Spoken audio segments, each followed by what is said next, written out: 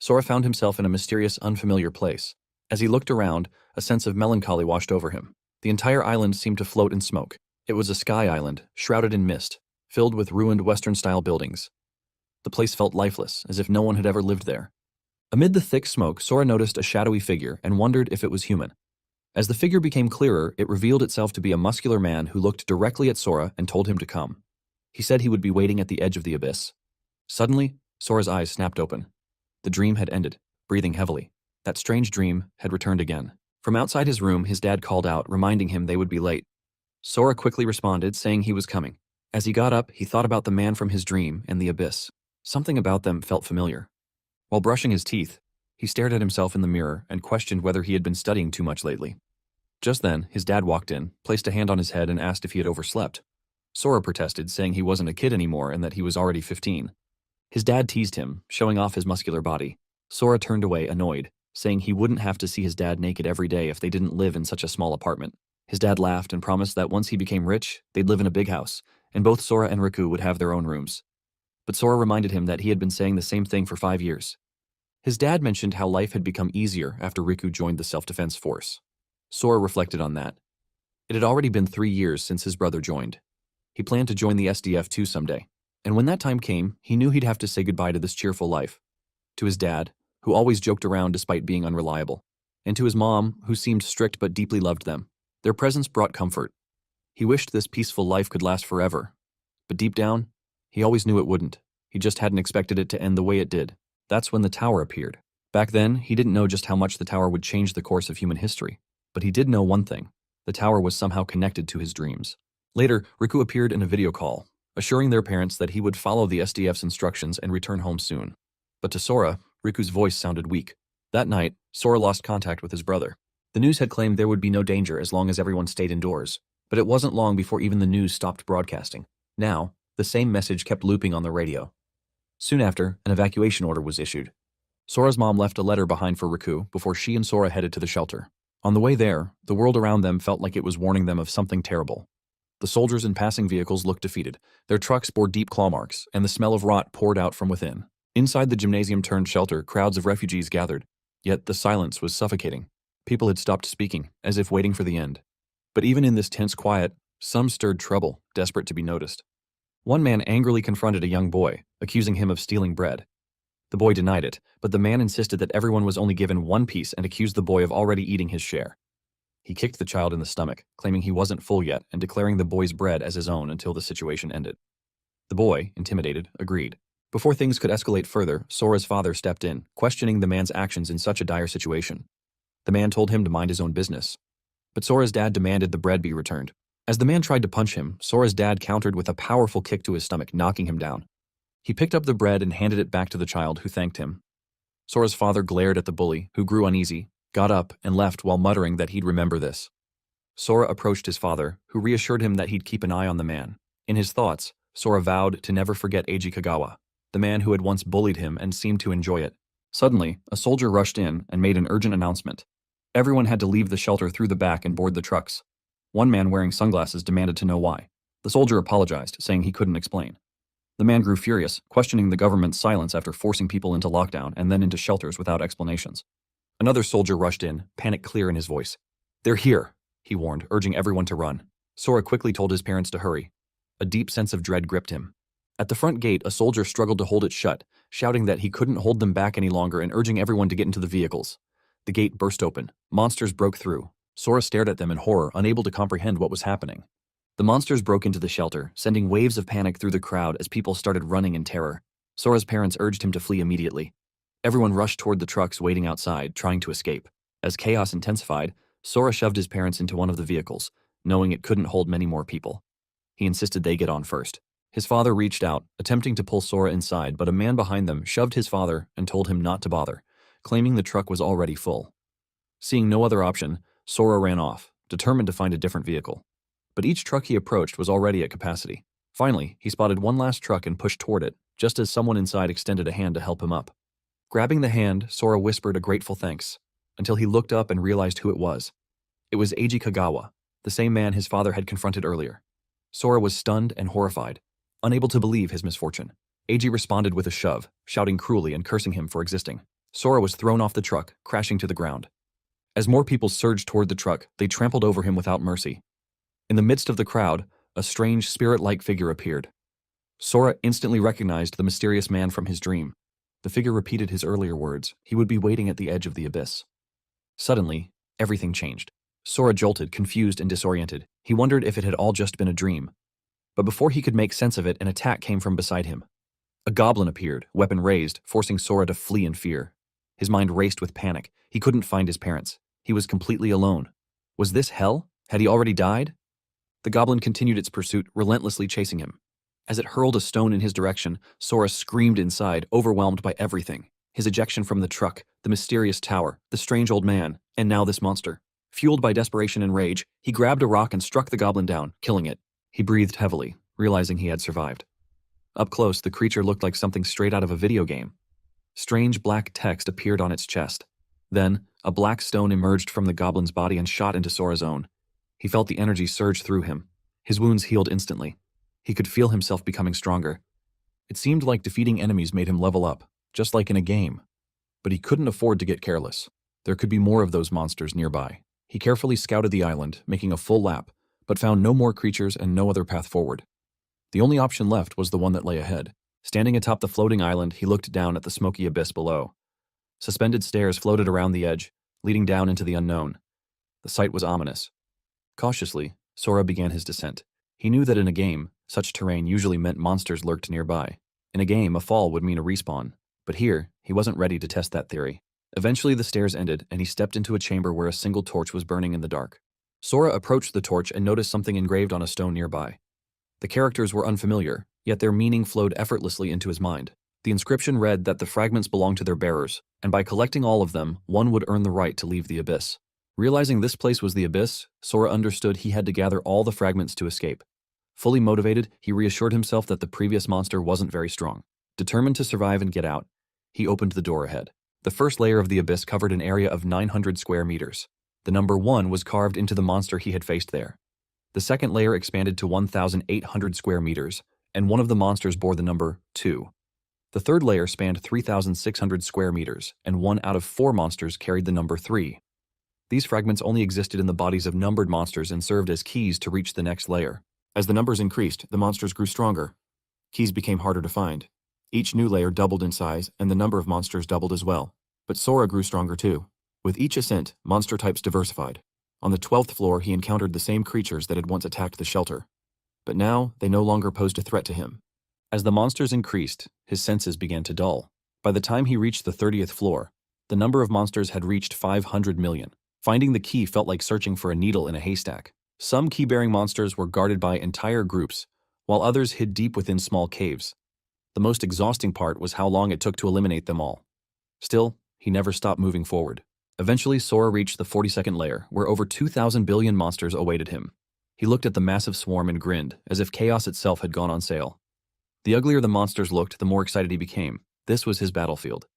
After some time, he carved a mark into a giant wall, wondering what year it was, but quickly dismissed the thought. Time had lost all meaning. Only death and massacre remained. The death of monsters and his endless slaughter. Suddenly, a group of monsters attacked from behind. Sora swiftly turned and eliminated them with ease. He questioned how many monsters he had slain so far and decided to keep cutting through them, hoping to finally find the key. At that moment, a massive dragon-like monster burst through the giant wall. Seeing its entrance, Sora guessed it might be the key. The monster lunged at him, but Sora leaped forward and launched his own attack. No matter how strong the opponent appeared, they all died in a single strike. And just like that, he took it down with one blow. But victory brought no thrill. For Sora, power had lost its meaning. With rising frustration, he shouted into the void, demanding the 42nd layer's key to reveal itself. He had grown tired of waiting. In 2026, 20 towers suddenly appeared across the world. Before humanity could comprehend them, monsters began pouring out and nearly drove mankind to extinction. Most of the population was slaughtered. That day became known as Judgment Day. A handful of survivors awakened and gained access to a mysterious system. These awakened individuals were granted overwhelming power. Human society was eventually rebuilt, and the awakened founded hunter guilds to maintain order. Elsewhere, Sora chased after a wolf-like monster, demanding to see its stats. Suddenly, he heard a voice alerting someone to stop the summon, mentioning the use of an advanced transfer scroll. Hearing this, Sora paused in shock, recognizing the voice as human. Glancing toward the sky, he saw a glowing light and wondered if it was the exit. Without hesitation, he leapt toward it. A warning message appeared stating that abyssal summoning couldn't transfer more than 2 living beings. Determined, Sora vowed not to let anyone stand in his way. Meanwhile, just outside a city on Earth, Yu Sonozaki, a level 19 awakened, ran desperately trying to shake off her pursuers. Her foot got caught and she fell to the ground, realizing the danger she was in. 3 hunters approached her. Shosei Toshida, a level 38 barbarian, demanded the advanced transfer scroll. Choji Shido, a level 35 swordsman, mocked her for holding a level 60 scroll and threatened her to hand it over. Aika, a level 34 druid, warned them not to kill her. Panicked, Yu reminded them that hunter-on-hunter combat was forbidden and accused them of breaking the rules. Shosei dismissed the rules, declaring himself the one in charge, and held his massive sword in front of her, threatening to leave her intact only if she handed over the scroll. Yu warned them not to push her further. Aika panicked, realizing Yu was about to use a forced summon, and urged them to stop her. Enraged, Shosei attacked Yu with his sword, but she activated teleportation just in time. Using forced summon, Yu shouted that if she had to die, she would take them down with her. Seeing this, Aika was terrified. She knew no one could control an advanced monster summoned this way. Choji rushed forward, yelling for them to stop her. Yu cried out, unleashing the summon. A portal opened in the sky, radiating a powerful energy that made Shosei nervous. A beam of light shot down from the portal, and from it emerged a level 3 Cerberus. The hunters burst into laughter, mocking the creature and ridiculing Yu for risking her life over such a weak monster. But suddenly, the Cerberus was sliced clean in half. Shocked, they realized the attacker was a humanoid monster. Yu turned around. And there was Sora, laughing like a cartoon villain who just survived a microwave. Covered in chaos and questionable life choices, he looked like escaping that place was both a miracle and a terrible idea. Sora's laughter echoed with such intensity that the winds around him began to stir violently. Watching him laugh, Shosei felt a chill run through his body, admitting that just hearing that sound made him freeze. Aika, confused, questioned his identity. Sora approached her and asked if the place was Earth. Aika confirmed it, and Sora, overwhelmed with relief, smiled and declared that he had finally returned. Looking at the others, Sora casually asked if they were cosplaying, but the group didn't take his words lightly. They attacked with their weapons, declaring themselves members of the Tiger's Roar Guild. However, their weapons shattered upon contact with Sora, who then glared at them in anger. Shosei called him a monster. Hearing the word monster, Sora suddenly began to hallucinate, seeing Shosei as a terrifying creature. Without hesitation, Sora grabbed him by the throat and lifted him off the ground, demanding to see his number. Shosei, confused and terrified, couldn't understand what he meant. Sora let him go, and in sheer panic, Shosei lost control and wet his pants. Sora then ordered all of them to leave. Fearing for their lives, the group fled the scene. Yu stared at Sora, shocked by his strength and the deep scars across his body. She wondered who he truly was and whether someone like him could really have been summoned from the abyss. Sora turned to Yu and asked how long it had been since the towers appeared. Yu replied that it had been 5 years. Sora, still in disbelief, demanded to know if this was truly Earth and questioned her about the scroll and her unusual outfit. Yu explained that ever since the towers appeared, a mysterious system had also emerged for humans. She then showed him the system, which displayed that since the appearance of the towers 5 years ago, a third of the city had fallen. Hearing this, Sora reflected on how much the world had changed during his time in the abyss. Yu revealed that S City had suffered the 7th major invasion, and she had escaped from there. Sora was stunned. S City was his birthplace. He quickly asked about its current condition. Yu informed him that S City was completely destroyed, but strong individuals had been deployed there to deal with the monsters. Sora immediately asked for directions. Yu pointed the way, and without a word, Sora rushed off. Watching him disappear, Yu thought about how mysterious he was and resolved to inform her sister. Meanwhile, the injured members of the Tiger's Roar Guild stumbled into the city. As they recovered, a mysterious man appeared before them. Sensing something strange, he asked where the person they encountered was. He gave them 3 seconds to answer, sensing Sora's presence on them. The group panicked. Shosei, still trembling, asked what was happening. But before they could respond, the man killed them all instantly, declaring that their time was up. At the Tiger's Roar Guild headquarters, a woman reported that there were no signs of life from Master Toshida's group of 4, and the location of Sonozaki and the scroll remained unknown. A man sitting before her expressed his frustration. He criticized the group she had recommended, shocked that they couldn't defeat a level 19 summoner. He pointed out that all their signals had gone silent at the same time. They were killed in a single blow. This man was Richt Mukai, level 118. Richt ordered her to find out who was responsible and to capture Sonozaki, demanding an explanation. He warned that anyone who harmed his men would pay the price. As he moved toward the window, he spotted someone leaping across the distance. It was Sora. Catching a whiff of blood in the air, Richt questioned who that was. Wondering why someone would be coming from a fallen zone, he realized this invasion was on an entirely different scale. The long-dormant tower was finally stirring. There was no doubt now, powerful forces were at play. Richt immediately declared an emergency and ordered all search parties to fall back. Meanwhile, Sora arrived in the fallen zone of S City. Looking around, he reflected on the hellish transformation the place had undergone during his 5 years in the abyss. In that otherworldly place, he had once been weak but grew strong. With dulled senses, he had almost become a beast. But thoughts of his family kept him going. The monsters that once terrified him now seemed insignificant. As he pressed forward, one thought burned in his mind. Dad, Mom, brother, please be safe. As Sora walked toward his home, his thoughts drifted to how lively a city once was. Now, it lay in ruins, buildings shredded as if struck by a massive quake. There were no signs of monsters killing anyone, and ever since the evacuation, no humans were supposed to live here. Upon reaching his house, Sora stepped inside. The place was in terrible shape. Though he had expected it to be empty, he came anyway, because the house held countless happy memories. His eyes fell on a letter resting on the table. He picked it up and began reading. It said that although everyone believed he was dead, his parents refused to accept it. They had returned to the house, set up his belongings exactly like before, and were waiting for his return. Tears welled up in Sora's eyes. His parents had risked their lives to return here for him. The letter mentioned that they had laid out his favorite clothes from size S to L, so whenever he returned, he could change into something clean. A map to Shelter 6 was kept in the drawer. His parents asked him to come find them once he read the letter and promised they would always be waiting. Moved by the letter, Sora pulled out a knife and wondered how strong he had become. If he was now powerful enough to end the apocalypse, maybe he could reclaim his lost days. With that thought, he cut his long hair. Determined, he looked at the map and decided to head east, straight to Shelter 6. The roads were ruined, but making his own path seemed faster. On his way, he killed a large bird-type monster and kept moving forward. Meanwhile, 2 guards stood at their post. One thought he heard a loud sound, but the other dismissed it, blaming it on boredom and possible drunkenness. Suddenly, Sora leapt past them at incredible speed. One of them was shocked, unable to see what it was. A third person arrived and showed them a recording. They all stared in disbelief. It looked like a person flying. Elsewhere, a woman begged a group not to come any closer. She pleaded for forgiveness, saying she only came in search of food. One man stepped forward, surprised to see a survivor in the wasteland. Another commented on her figure, while a third mentioned it had been a long time since they had seen a woman. Their expressions turned lustful as one claimed they were good men who would take care of her. He got close, telling her not to be scared and that he'd be gentle, saying it would be a shame not to enjoy a body like hers. At that moment, Sora appeared and called them out, disgusted by how some things never changed. One of the men, shocked, warned Sora not to interfere. He ordered his companions to attack. As they rushed at Sora, he struck one in the face, sending him crashing to the ground. He grabbed another's arm and kicked him across the jaw. Seeing this, the leader grew furious and introduced himself as a member of the Tiger's Roar Guild. He threatened that the guild wouldn't forgive Sora for laying a hand on him. Sora addressed him directly. Ig Kagawa. He asked if Eiji had already forgotten the face of the man he once killed. Hearing that name, Eiji froze in fear. He stammered in disbelief, questioning if it was really Sora. Sora approached, and Eiji backed away, terrified, asking how he was still alive.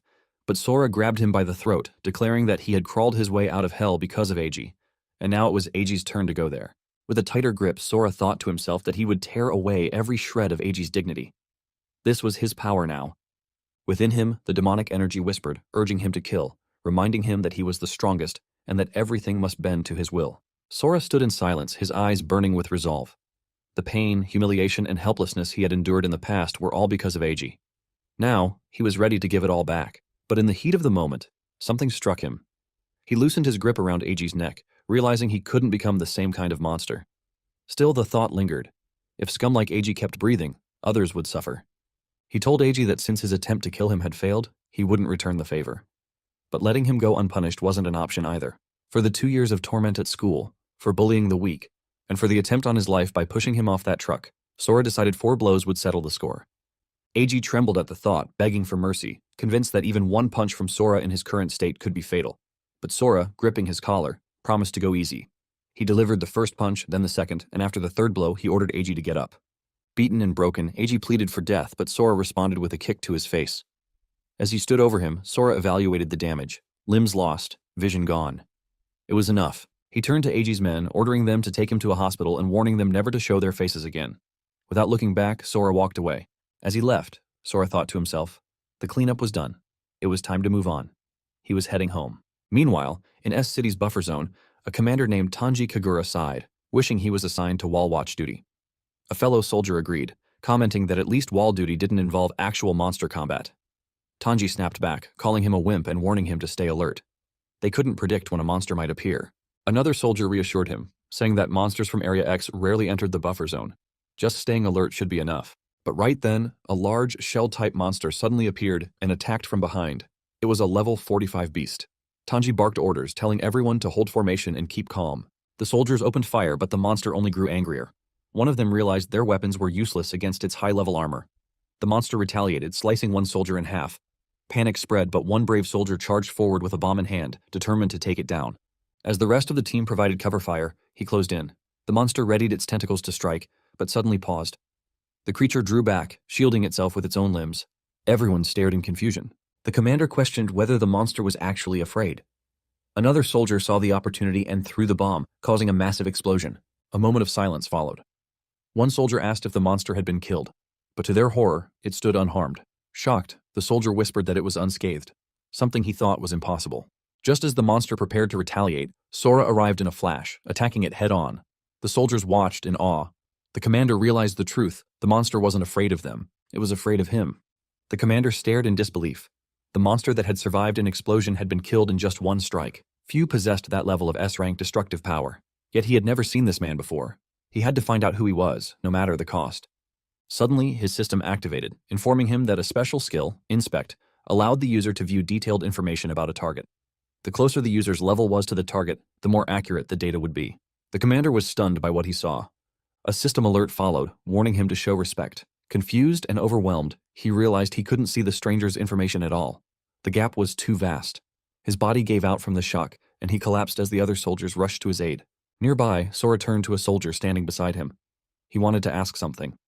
The soldier responded, and Sora inquired about the location of Evacuation Shelter 6. The soldier explained it was 50 kilometers to the north, but the only path led through Area X. Sora was unfamiliar with Area X. The soldier clarified that it was the zone where the monster rush was being held back. Monsters were being drawn there to minimize damage, and many hunters were already engaged in battle within it. As Sora observed the surroundings, he noticed the soldiers collecting drops from the defeated monster. The sight surprised him. It was just like a game. Drops existed in the real world too. He asked the soldier how powerful the monster had been. The soldier admitted that a level 45 monster was a formidable opponent.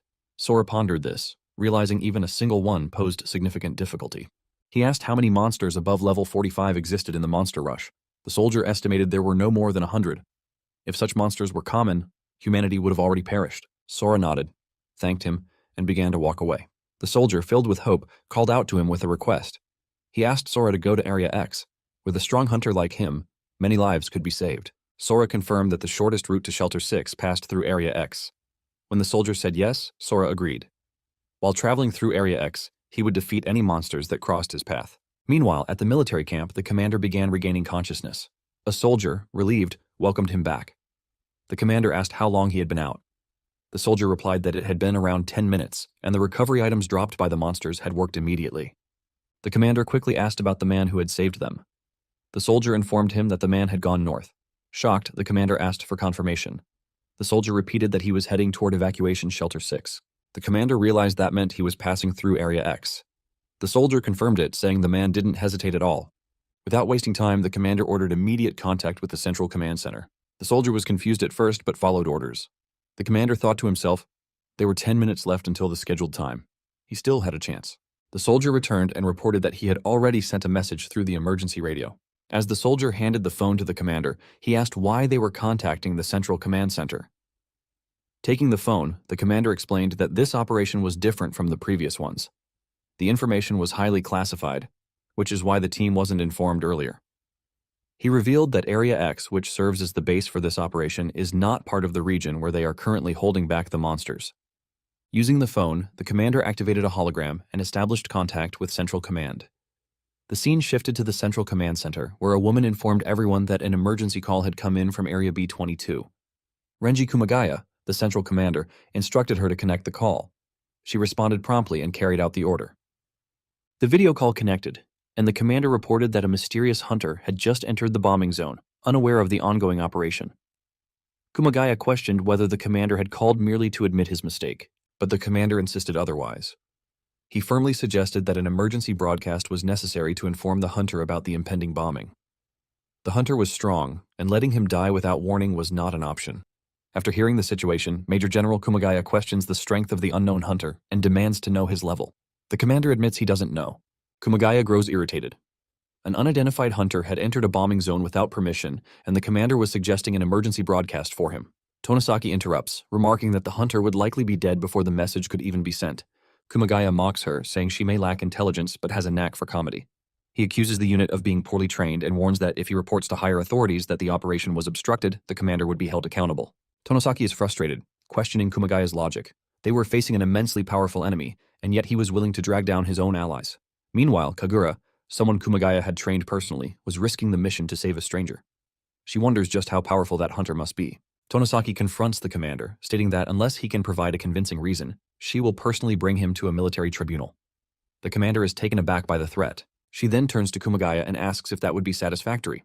Kumagaya, growing angrier, demands a reason they can accept. The commander responds that the unknown man had slain a level 45 baby kraken in a single strike. Tonosaki is shocked. She declares that such a feat exceeds even A-rank standards and speculates whether he could be an S-rank hunter from the military. Kumagaya denies the possibility. All S-rank personnel were already assigned to missions, and there were no confirmed signals from B-22. Tonosaki questions the commander again. Why didn't he know the hunter's level? Shouldn't the inspect skill have revealed it? The commander explains that when he used the skill, he lost consciousness due to an information overload. This indicated the hunter was at least level 100. Kumagaya acknowledges the rarity of such strength but insists that it's not enough to halt the operation. Eastern Commander Nobuo Yuasa supports him. He reminds everyone that they cannot neglect their military responsibilities for an uncertain cause. The operation involved thousands of troops from 4 corps. The bombing and buffer zones were heavily surrounded, and after the airstrike, ground forces would eliminate the remaining monsters. He warns that if an emergency broadcast is made, monsters would be drawn to the sound, flooding one location and causing the area to collapse instantly. Tens of thousands of soldiers would be at risk. Even if the hunter was S-rank, risking so many lives for one man was unacceptable. The commander listens in silence as Tonosaki rejects his request. She states clearly that they cannot disregard the efforts of so many people for the sake of one person. The decision is final, and the video call ends. Frustrated and angry, the commander clenches his fists. A nearby soldier tries to comfort him, saying he did all he could. The commander agrees and says the bigger picture is what truly matters. At that moment, the soldier notices a key attached to the commander's belt. Without warning, he grabs it and starts to run. The commander yells at him to stop. The bombing is about to begin. The soldier responds that 6 minutes still remain. He jumps into a car and speeds off. The commander, furious, shouts his full name, Private First Class Shoki Matsura, and threatens court-martial. But Matsura doesn't stop and drives away. Another soldier asks if they should go after him. The commander says no. The soldier made his choice and must know what he's risking. Driving fast, Matsura focuses on reaching in time. What he didn't know then was that the man he was trying to save would one day become the hope of all mankind. The soldier drove through the rough terrain, frustrated that he had lost sight of his target. He wondered how the man could have disappeared so quickly, especially since this was the fastest route. If he still couldn't find him, it meant the man was moving faster than his vehicle. Up ahead was Area X. The soldier considered blasting a message through the loudspeaker, but doing so would also alert nearby monsters. He decided it didn't matter anymore. He already saw himself as a disgrace to the army. Determined, he yelled into the loudspeaker, introducing himself as the soldier who had been helped earlier. He warned that the area was about to be bombed and urged immediate evacuation. He repeated the warning to make sure it was heard. Elsewhere, Sora heard the message and realized the reason behind the lack of hunters in the area. The monsters themselves weren't much of a threat, but he wasn't sure he could survive the heat of the bomb blast. Wanting to avoid unnecessary risk, he acknowledged the soldier's effort and decided he couldn't let the man die for him. Back on the road, the soldier arrived at the location, only to see that the monsters had indeed been attracted by his announcement. He began to drive away quickly but then hesitated, remembering the man was still out there. Just then, he spotted the monsters up ahead, and at that moment, Sora appeared, knocking on the car window. Relieved, the soldier thanked his luck that Sora was alive, but Sora demanded clarification on the bombing. The soldier checked the time and realized they were out of time. Suddenly, bombs began to fall from the planes above. A large chunk of debris flew toward them, but Sora used his power to stop it just in time. At the Central Command Center, a lady confirmed to Kumagaya that the bombing had been completed. Kumagaya ordered drones to be deployed to assess the damage and determine the direction of the surviving monsters. However, the drones showed no signs of life. This confused the team. Kumagaya demanded to know where the escaped monsters had gone. The woman reported that the monsters hadn't escaped at all. They were still inside the bombing zone, and those at the center remained completely unscathed. Shocked, Kumagaya refused to believe it. Tonosaki asked about the drone feed. As the team observed the screen, they spotted something unusual. There appeared to be a shield in the bombing zone.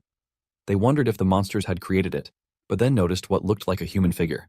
Suddenly, the monsters attacked the drones, cutting off the feed and communications. Tonosaki was alarmed. She remembered that this wave of attacks was supposed to be different, but now it seemed the monsters were aware of their surveillance methods. Nobuo Yuasa immediately called for the evacuation of every soldier from the garrison area. Tonosaki ordered a full retreat and the reinforcement of the walls. But one of the women reported that the monsters were not heading for the walls. This led Tonosaki to question their direction. The woman confirmed they were moving toward Area B22. Tonosaki recognized this as the same area where the mysterious hunter had gone. Angrily, she demanded that all remaining drones be sent to Area B22.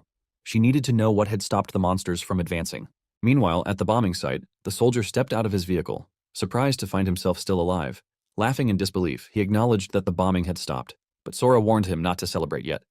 If they were alive, then so were the monsters, and they were heading straight for them. Suddenly, Sora sensed something approaching and quickly pulled the soldier down. A drone zoomed past overhead. Seeing this, the soldier expressed shock, noting that monsters attacking drones was unheard of. Sora told him to save his amazement for later. It was time to run. Suddenly, a group of powerful monsters appeared. The soldier panicked as he realized that they were the highest level group in the rush, with their leader at level 90. The bombing hadn't left a single scratch on them. Convinced they were going to die, he began to lose hope. Sora reminded him that both of them were unharmed. If bombing couldn't kill the monsters, then brute force was the only option left. He told the soldier to hide in the jeep and charged toward the enemies. In a flash, Sora began taking down the high-level monsters one after another. After dealing with them, Sora moved toward the boss monster. The creature launched a powerful attack, but Sora blocked it effortlessly with one hand. As the boss tried to strike again with its other hand, Sora dodged by leaping into the air. He landed a powerful punch to the monster's face, decapitating it in an instant. Then, Sora noticed something strange. A mysterious man stood on top of the dead boss monster. Sora couldn't sense his presence earlier and was caught off guard. The man claimed he had finally found Sora. Tentacle-like appendages emerged from beneath his clothes and reattached the severed head of the boss monster. Once revived, the boss accused Sora of theft, demanding the return of what was his. Sora, confused, asked what he meant. The mysterious figure declared that stealing another's power came with a price: death. He then launched an attack on Sora, but it had no effect. Sora countered confidently, saying that such weak attacks wouldn't be enough to kill him. Suddenly, the boss monster grabbed Sora with both hands. At that moment, the mysterious figure sensed something watching them from above. He realized it wasn't Odin's raven, but a human-made imitation. Sora broke free from the monster's grip and challenged the man to come at him more seriously. He summoned his spear and charged at the figure. Just before impact, the mysterious man vanished, landing on the ground beside the boss monster and expressing his disgust at being watched by humans. He loathed their lowly creations. He unleashed his power, summoning a monster to destroy the surveillance drone in the sky. Then, he ordered all observers to be eliminated. Meanwhile, inside a nearby building, a man hiding from the monsters confirmed that his drone had been destroyed. Despite this, he had completed his mission. He realized the monsters had changed course because of Sora, the hunter who had faced the rush alone. He knew he had to inform the commander. Just then, tentacles emerged from a nearby gate and reached toward him. Startled, the man realized he had been found. Sora looked toward the building. The mysterious man laughed and ordered his monsters to kill everyone, calling them his servants. Sora began to recall the soldier's words about how a strong hunter like him could save many lives, and how that soldier had warned him about the bombing, risking everything. Leaping down from the boss monster, Sora made a decision. To defeat the enemy, he had to start by eliminating the leader. If he wanted to save lives, he had to kill his enemies swiftly. He noticed that by fusing with the man, the monster's attack power had grown stronger. From beneath the ground, the mysterious man transformed into a shadow and grabbed Sora's leg. Sora expressed his frustration at the persistence. As he looked closely, he realized the man looked exactly like him. The man then pulled a sword from his shadow, and Sora sensed a dangerous energy surge coming from it. The man declared his intent to kill Sora, calling him the Seed of the Abyss. He struck with the sword, but Sora punched his arm, snatched the weapon, and launched a counterattack. The man narrowly evaded it. Sora noticed something strange. The attack had been nullified. He wondered if it was just his imagination. The energy surrounding the sword felt eerily similar to the power of the Abyss.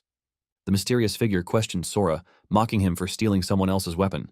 As he spoke, the sword in Sora's hand began to vanish. Sora realized it was the power of the Abyss and acknowledged that there were still many abilities tied to it he hadn't discovered.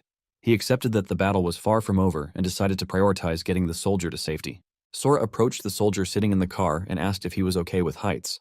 The soldier confirmed, and Sora lifted the car onto his shoulder, announcing they were taking flight. The mysterious figure warned Sora not to underestimate the power of the Abyss. He declared that the strong weren't meant to protect the weak, but to become stronger themselves. As he said this, he summoned a massive black sphere in the sky, threatening both Sora and the soldier. Sora, understanding that the black sphere was fast and could catch up even if he ran, placed the car down and charged at the incoming attack. He struck it with a punch, hoping to destroy it, but quickly realized there was no impact. He concluded that it wasn't the true form of the enemy. Suddenly, Sora heard the soldier screaming. Looking back, he saw the mysterious figure's tentacles reaching into the car, grabbing the soldier. Sora shouted at him to get out of the car, but the tentacles had already seized him. The figure mockingly assured the soldier not to be afraid, lifting the car with his tentacles and standing atop it, taunting Sora. Sora broke the shadowy tentacles, only to discover that they had already pierced the soldier's body, killing him. The figure then pointed out that the soldier wasn't fully dead yet and was even smiling, evidence that he was using necromancy to control the body. He went on to say that watching loved ones die was a beautiful fate for someone like Sora, whom he called the Seed of the Abyss. Sora, disgusted, confronted him about his cruelty and asked if he took pleasure in destroying others' dignity. The mysterious man responded with an obsidian storm attack, claiming there was no need to state the obvious. Sora countered his arrogance, leapt forward, and slammed a punch into the tentacles, destroying them. He quickly caught the fallen soldier, apologized, and reflected on how the soldier had been dragged into the chaos. Landing on the ground, Sora dashed at the enemy and launched a powerful punch, but the figure teleported behind him and ridiculed Sora for being a rookie, unable to master the power of the abyss. Sora responded with a punch straight to his face, sending him flying. Declaring himself stronger, Sora stood his ground. Shocked, the enemy admitted he had actually been hurt. As Sora charged again, he reminded the enemy that people grow. The mysterious man, stunned by Sora's improvement, fled onto the back of the boss monster and yelled in frustration, realizing that Sora had already started mastering the power of the abyss. Sora leapt high into the air and chased him, but the man managed to escape again, admitting Sora was tougher than expected. Not backing down, Sora declared that even if he escaped him, he wouldn't escape this. With that, Sora unleashed a powerful punch directly onto the boss monster. After landing a powerful punch, Sora realized the enemy was using that same technique again. He decided to aim directly for the real body's core. Without hesitation, Sora reached into the monster and pulled out its core. As soon as he did, the boss monster's regeneration halted completely, and it was finally destroyed. Once back on the ground, Sora turned to the mysterious man and declared him as the next target. In response, the enemy activated his powers and vowed to remember this moment. He initiated a move called Shadow Unity, drawing energy from all the surrounding monsters. That energy gathered around him, forming a black hole-like vortex beneath his feet. In an instant, he vanished through it, escaping along with all the monsters. Watching this, Sora was surprised that such a powerful technique had been used just to run away. He noticed his clothes were ruined, but felt relieved that the photo of his mom and dad remained intact. Approaching the car, he opened the door and looked at the fallen soldier inside. He acknowledged that this man probably had a family waiting for him too. Sora gently took a pendant from the soldier's neck and laid his body outside the car. He promised to take him back. Deep down, Sora knew that this wasn't the end. The shadow-using enemy had absorbed too many shadows and could launch another attack anytime. Determined not to let him reach the evacuation shelter first, Sora dashed off in that direction. Meanwhile, Tonosaki arrived with the drone squad and ordered them to investigate the area thoroughly, leaving no stone unturned. She commanded all other units to stay on high alert. As the team began their search, a soldier approached her, noting the monsters had already been taken out. Tonosaki confirmed it, stating that all monsters had been defeated and instructed them to check the drone data and report every detail. As she observed the surroundings, Tonosaki noted clear signs of a fierce battle. She recalled that the powerful hunter Lieutenant Kagura mentioned had not only survived the bombing, but also eliminated every monster present. Just then, a soldier called out to her, reporting that the SD card in one of the drones was still intact. He prepared to visualize the recorded data. Tonosaki watched the footage to understand what had happened there. She saw Private First Class Matsura charging into the bombing zone, accompanied by someone she presumed was the powerful hunter. Elsewhere, during the search, a soldier stumbled upon a pile of loot. Another soldier approached him and asked what he found. Nervously, the first soldier replied that it was nothing. The second soldier accused him of lying and crouched down beside him. He questioned whether the items had been dropped by the rush boss, noting they looked rare. He reminded the first soldier that keeping loot found by the unit was a crime. The soldier then pressured him, asking if he knew what needed to be done. In response, the nervous soldier asked how the loot should be divided. The other soldier told him to relax, saying he only wanted one item. The first soldier refused, insisting that a box like that could contain a legendary item. Placing a hand on his shoulder, the second soldier made it clear he didn't have a choice. Giving in, the first soldier handed over the box and fled the scene. Grinning, the second soldier celebrated, having finally obtained a golem relic. At last, the scene shifts to Evacuation Shelter 6, where Sora finally arrives. Observing the situation around him, Sora notes that the shelter hasn't been attacked yet. He walks among the crowd, catching the attention of everyone around him. Sora senses no powerful presence nearby, and worries that if no strong protector steps up, this place could eventually be destroyed. Suddenly, a man appears in front of Sora. Judging by his demeanor, Sora wonders if the man is blind. The stranger senses Sora's dense blood and assumes he must have come from the outside. Sora confirms it. The man smiles with relief and assures that he means no harm. He expresses a desire to purchase information about the outside world, hoping Sora might know something useful. Sora considers if this is the kind of currency used in this place and agrees to share what he knows. However, he first questions the man's choice of words, wondering why a monk would address him so respectfully. The man laughs and admits that the monk's outfit is merely a personal hobby. Sora also asks about the man hiding his eyes, to which the man claims he has recently contracted an eye disease. But Sora senses something far more powerful behind the man's concealed gaze.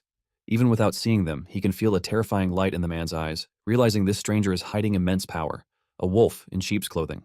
Sora then allows the man to ask his questions.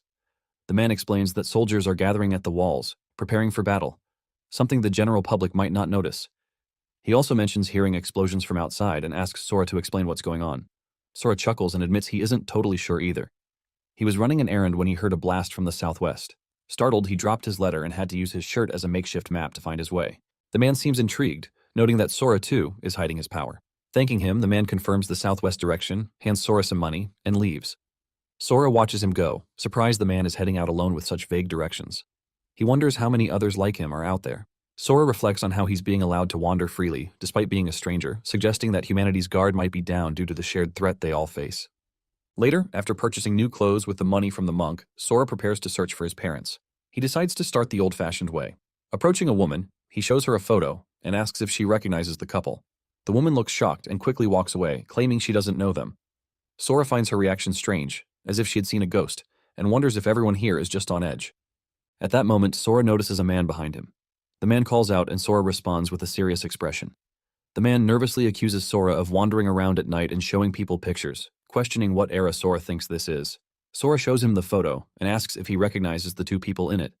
The man grows agitated and demands to know why Sora has the photo. Sora replies that he is their son. Hearing this, the man is shocked and asks if Sora is really that kid, suspecting he might be making fun of him. Suddenly, a truck crashes into Sora from behind. Though the bus gets damaged, Sora remains completely unharmed. He calmly addresses the driver, asking him to repeat what he said. The man is stunned to see Sora and recognizes him after a long time. He directs Sora straight down the road to find their home. Sora thanks him and heads off. Once Sora leaves, the man runs off in a panic, realizing he needs to gather everyone. Meanwhile, Sora continues walking, thinking about how a thug knew where his parents lived. He recalls how his father was kind to everyone and his mother was the same, both easily taken advantage of in a world like this. But now, Sora is here. Arriving at the place, Sora assumes it must be their home. With so many people gone, empty houses are probably common. From inside, he hears a familiar voice and immediately recognizes it as his father's. As the door opens, his father steps out and, seeing Sora, angrily demands to know who he is. Sora calmly replies, introducing himself. It's him, Sora. Sora finally sat inside the house with his father. Just then, his mother walked in, apologizing for making them wait and noting that the two still hadn't spoken to each other. Sora's father admitted his disbelief, saying Sora felt like a completely different person from the one they used to know. At a time like this, what they needed most was an exchange of secrets between father and son. Privately, his father didn't want to reveal anything in front of his wife, but if Sora failed to give convincing answers, he wouldn't be let off easily. If anything even slightly suspicious came up, he'd be dealt with. His father glanced upward, where a man was secretly stationed, ready for action. Sora noticed the hidden man and realized his father was still cautious. With security this tight, Sora felt more relaxed. His father asked if he was ready. In his mind, Sora warned the henchman to brace himself, as he was about to hear things he shouldn't. Sora began by revealing that every weekend his father used to take cooking classes at the homemaker support group. Shocked, the father wondered how Sora knew that. Sora then added that he also secretly took ballet classes every week. The henchman whispered in disbelief. Ballet? Sora's father gave a sharp look toward the henchman, unsettling him. He tried to dismiss the information, claiming anyone could have figured that out without being his son. Sora offered to share something more personal about their family. When his father challenged him, Sora confidently responded that the Japanese sword in the room was just a replica. The henchman was surprised to hear that. Sora's father demanded proof. Sora replied that the hilt of the sword still bore bite marks from his brother. The henchman panicked, thinking those marks were from when the family head was bound and used the blade in his mouth to kill 38 people. He now feared that Sora's real goal was to catch the family head off guard and eliminate him. Sora pointed out that the sword could also retract. That moment broke the tension. His father moved forward and hugged him tightly, overjoyed and tearful, saying they had believed he was dead. Their son had finally returned home. He recalled all they'd been through, searching every landmark for clues about Sora. Somehow, during the process, he had become the boss of their organization, and now, that very boss was crying uncontrollably. He asked Sora if he could bring the man above them down. Seeing all this, the henchman was stunned. The family head, known for his honor and soaked in bloodshed throughout his life, was now a crying father. The henchman had never witnessed anything like it and desperately wanted to escape, pleading in his mind not to be killed. Sora, kneeling at the henchman's feet, politely asked him to wait, saying his father wanted to talk. Soon, all four of them sat together. The father addressed the henchman, whose name was Ochiai, pointing out that among all his guards, he had the loosest tongue. Sora warned that if anything leaked, it would be on Ochiai. The man promised to stay silent. In his thoughts, he finally accepted that there was no doubt Sora truly was the boss's son. Sora's mother told them not to threaten Ochiai. Her gentle words made him emotional, but she firmly added that not a single word must escape his mouth. Ochi obeyed, replying respectfully. The father then expressed his relief that Sora hadn't mentioned anything about him farting or snoring in his sleep. His wife quipped that he had just brought it up himself. Sora felt like he had just climbed out of the abyss. He was truly home. At that moment, voices echoed behind him. A group of men entered, among them the same man who had earlier given Sora information about his father. Approaching the boss, he announced that a white-haired kid was looking for him. Upon hearing the mention of a white-haired kid, Sora curiously asked if they were referring to him. The man was startled upon seeing Sora and began shouting, claiming that although Sora might be strong, they had many people with them. He accused Sora of being from Tiger's Roar and warned him against doing anything to their group. Without responding, Sora calmly turned around and grabbed the man's leg, staring him down while standing tall. He then suggested to his father that he should introduce him to his men. His father responded, revealing that Sora was his son who had been missing for 5 years and had just returned. He started to mention Sora's level but paused, realizing he had no idea what it was. Sora clarified that he didn't have the system. One of the men was shocked, asking if Sora had really survived in the Fallen Zones for 5 years without a system. Another man pointed out that without the system one couldn't train beyond level 10, expressing disbelief at Sora being considered strong.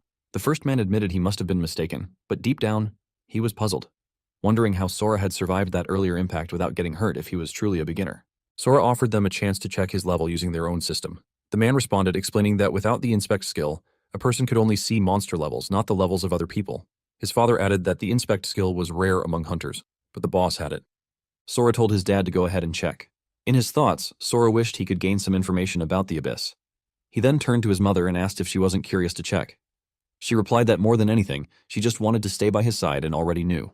After trying, Sora's dad announced that he couldn't see any information no matter how hard he tried. He proposed 2 possibilities. Either Sora had no system, or his level was simply too high to be read. However, even without the system, his name should still be visible, and Sora had survived alone for 5 years. If he were truly a beginner, he would have been long dead. This led him to conclude that Sora's level was likely far beyond his perception. He wondered what Sora had been doing all those years. Sora's mom gently reminded them to be happy. Sora had returned strong, and whatever he had gone through, he was back now. These words moved Sora, bringing tears to his eyes. He hugged his mother, assuring her that it was all right and asked her not to cry. Seeing this, even his father became emotional. He quickly ordered the others to leave the room, stating that a mother and her child had been reunited after a long time and needed privacy. Once outside, he quietly asked the others about Jiro and the rest, noting that it had been 2 hours and they still hadn't returned. Back inside, Sora asked his mother about his brother. She reassured him that his brother was fine but rarely came home due to being in the military. She offered to call him, explaining that he had been fighting on the front lines, almost as if trying to avenge Sora. Sora mentioned how long it had been since he last saw his brother. He then asked his mom if she held a high-ranking position. She explained that although she had status, the real reason people trusted her was because she was a cleric, a healer with many support abilities and even the gift of prophecy. Sora asked if she could see what was going on with him. She admitted she didn't have the ability to see skills. He then questioned how she had known he would return. She simply said that, as a cleric, she had the power of prophecy and always knew he would come back one day. Suddenly, someone arrived at the house. Sora's father stepped out to check and was surprised to see that it was the Vice Chief. As Vice Chief Jiro Iwashima entered, Sora's father welcomed him warmly. Jiro, the Vice President of the United Guilds, looked troubled. Sora's father noticed this and asked if something had happened. He'd already ordered an investigation behind the scenes and wanted to know what was discovered. Jiro explained that Tiger's Roar was indeed connected to the army, just as suspected. They had submitted monster carcasses to the military, as usual. However, a man with a notebook began nitpicking during inspection. He made up an excuse, awarded them only half the points, and then reported the full amount to his superiors. Upon further review, all discrepancies pointed back to Tiger's Roar. Understanding the situation, Sora's father realized things were worse than they appeared. If Tiger's Roar, which was supposed to be neutral, was behaving like this, there had to be more behind it. But he knew they couldn't just sit back and let it slide. It would endanger the town's future. For now, he told Jiro to rest and get some food. As he summoned his sword, he declared that he would visit Tiger's Roar himself and set things straight. The United Guilds wasn't so naive to be trampled on without consequence. Meanwhile, in his room, Sora was deep in thought. Thanks to the Black Shard, all his abilities had gone into overdrive. It wasn't just his strength. His senses had sharpened to the point where he could hear distant sounds. He suspected Kagawa and the robbers were also connected to Tiger's Roar. Now, with his father preparing to confront them, he felt concerned. Stepping out of his room, Sora told his father he was coming along. A man nearby observed this, thinking it might be a chance to witness Sora's true powers. Jiro, curious, asked who Sora was. Sora's father introduced him as his son, who had been missing in the Fallen Zone for 5 years. Shocked, Jiro asked if he had survived alone and what his level was. Sora's father revealed that Sora didn't possess the system. This led Jiro to assume Sora was just a normal person. Jiro silently thought that without the system, no one could survive more than 3 days in any shelter. It was possible only with elite stats and top survival skills, but without job skills, someone like Sora would become a liability in battle. Smiling, Jiro expressed concern for Sora's well-being and suggested he rest instead. Sora's father agreed and told him to stay with his mother. Their mother chimed in, saying she hadn't even shown him around the house yet. Sora, realizing they thought he wouldn't be useful in battle, wasn't surprised. To others with the system, he was just an ordinary human. He admitted to himself that he still didn't fully understand this shelter situation. If the monster he suspected was real, he would need to hide his true powers to keep his parents safe. He agreed to stay behind. The man who wanted to observe him silently lamented missing his chance to witness Sora's abilities. Soon after, Sora's father and the others left. Sora's mother comforted him, saying not to worry. His father was just concerned for his safety after being reunited. She assured him everything would be fine. Her vision ability had always been able to foresee danger, and it told her his father would return safely from this too. Sora replied calmly, stating he was no longer a child. Still, he couldn't ignore the danger. Even though his mother could see danger through prophecies, he knew Tiger's Roar's connection with the military would cause more conflicts with his father in the future. He then asked about the current situation in the shelter, and why Tiger's Roar had become hostile toward them. His mother explained that after Judgment Day, a hunter guild formed by the Awakened joined forces with the military to manage the shelters. His father founded the United Guilds and cooperated with the military at Evacuation Shelter 6 in hopes of finding Sora. The guild grew because people were inspired by his vow to reunite families. The United Guilds maintained order, scavenged supplies, and fought monsters. The military handled breaches and tower raids. His father had always avoided sending his own people into breaches to preserve peace. But several months ago, Tiger's Roar, a powerful guild from Shelter 4, established a branch here. Since then, conflict with them never ceased. Sora asked why the military didn't interfere. His mother explained that the enemies had grown too strong, and the military couldn't handle them alone anymore. Tiger's Roar, founded for tower clearing, was so powerful that the military now depended on them. The guild also held valuable tower raid information, making them impossible to ignore. More importantly, they had an Awakened chosen by the tower deity, their true trump card. When Sora asked about the tower deity, his mother explained they were lords of the towers, their power comparable to a god's. Those who passed their trials became Ezras, receiving divine power. These Ezras were seen as divine messengers outside the towers and guardians within them. Tiger's Roar had the most Ezras and quickly devoured every neighboring guild. Although his father's guild was beloved, they had never cleared a tower and were the only ones in the Union without an Ezra. Hearing this, Sora realized how bad the situation really was. But he also noticed something odd. If people loved the United Guilds so much, why did they act like a Yakuza group? His mother laughed and said that was just her personal preference. To her, what mattered most was that everyone was happy and full of energy. Playfully, she shoved Sora into the bathroom, saying he was tired and needed a bath. She offered to wash his back if he wanted, but Sora quickly declined, insisting he could handle it himself. Alone, Sora grew serious again. Now aware of how grave things were, he couldn't shake off his concern for his father. With that thought, he escaped out the window and ran off into the night. Watching him flee, his mother sighed and remarked to herself that children could be quite a handful sometimes. Sora's father was on his way to the Tiger's Roar Guild, accompanied by members of the Union Guild.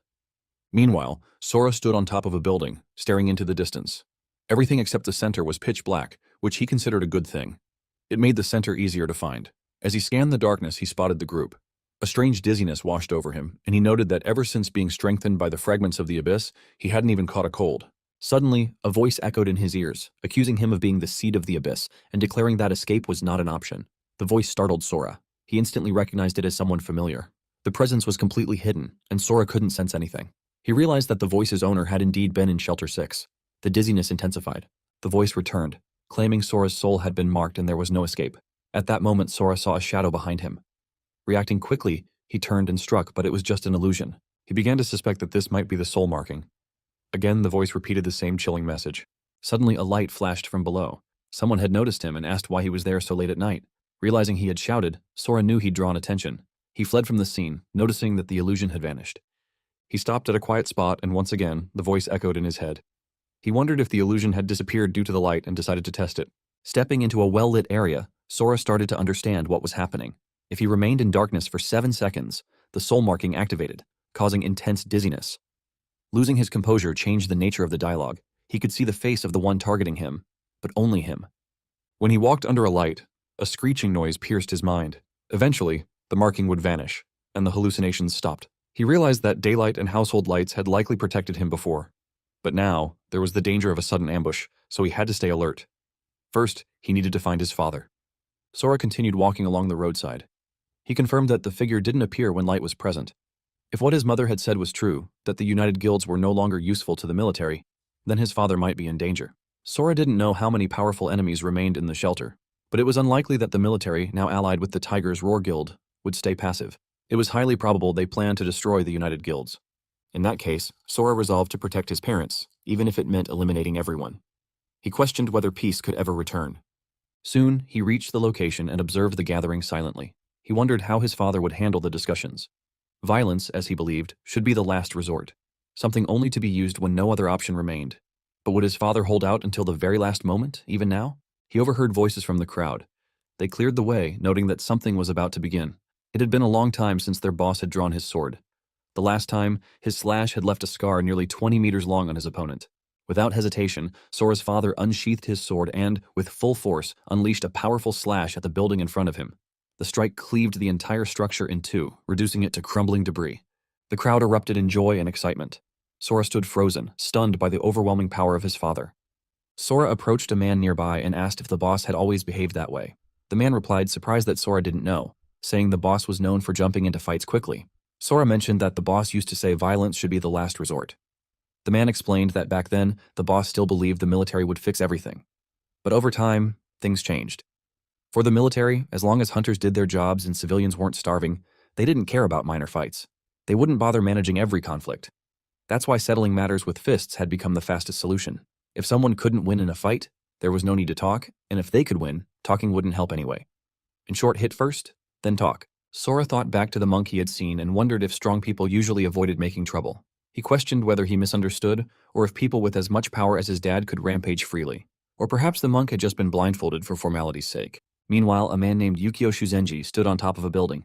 He was level 75 and activated his keen eye, observing a level 90 boss that looked torn apart without any signs of heavy weapon damage. Yukio tied a cloth over his eyes and noted how scary it was that so many powerful people still existed. He reminded himself to proceed with caution. Sora's father and his allies finally reached their destination. Their opponents approached from the other side. One of them shouted, asking if they still thought things were the same as when the evacuation shelters were built. Sora's father replied that things had definitely changed, especially with the appearance of irritating enemies like them. He regretted not eliminating them back then. The opponent taunted him to finish it now, questioning if he was scared. Sora's father responded firmly, not willing to ignore the provocation. The opponent, noticing the sword in Sora's father's hand, got nervous and thought he had provoked him enough, urging the boss to attack.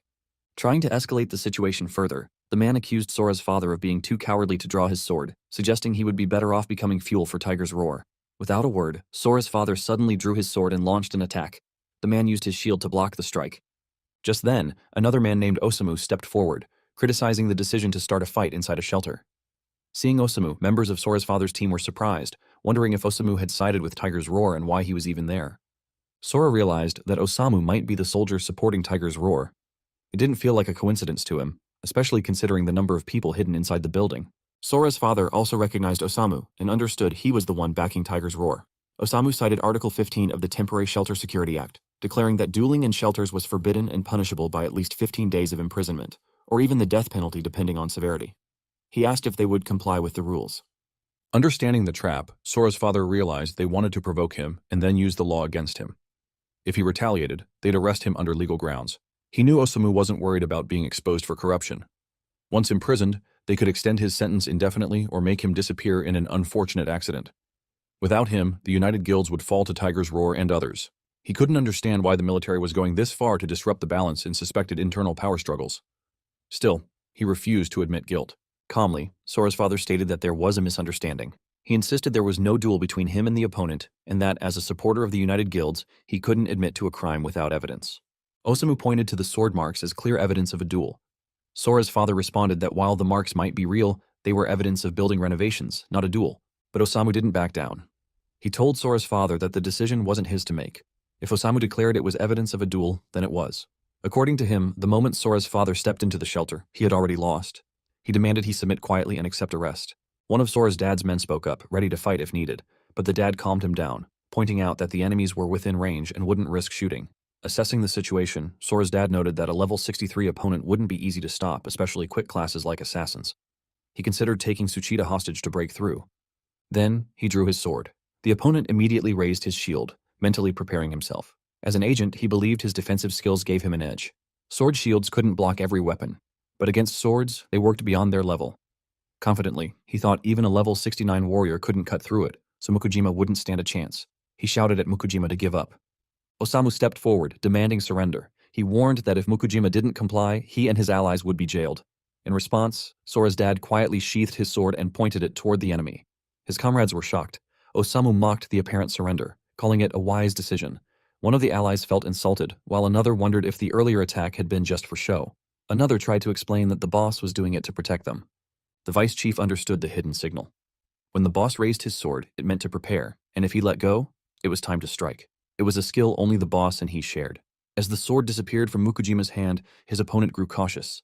Suddenly, Mukujima charged forward. The opponent remained confident, relying on the sword-blocking spell of his shield.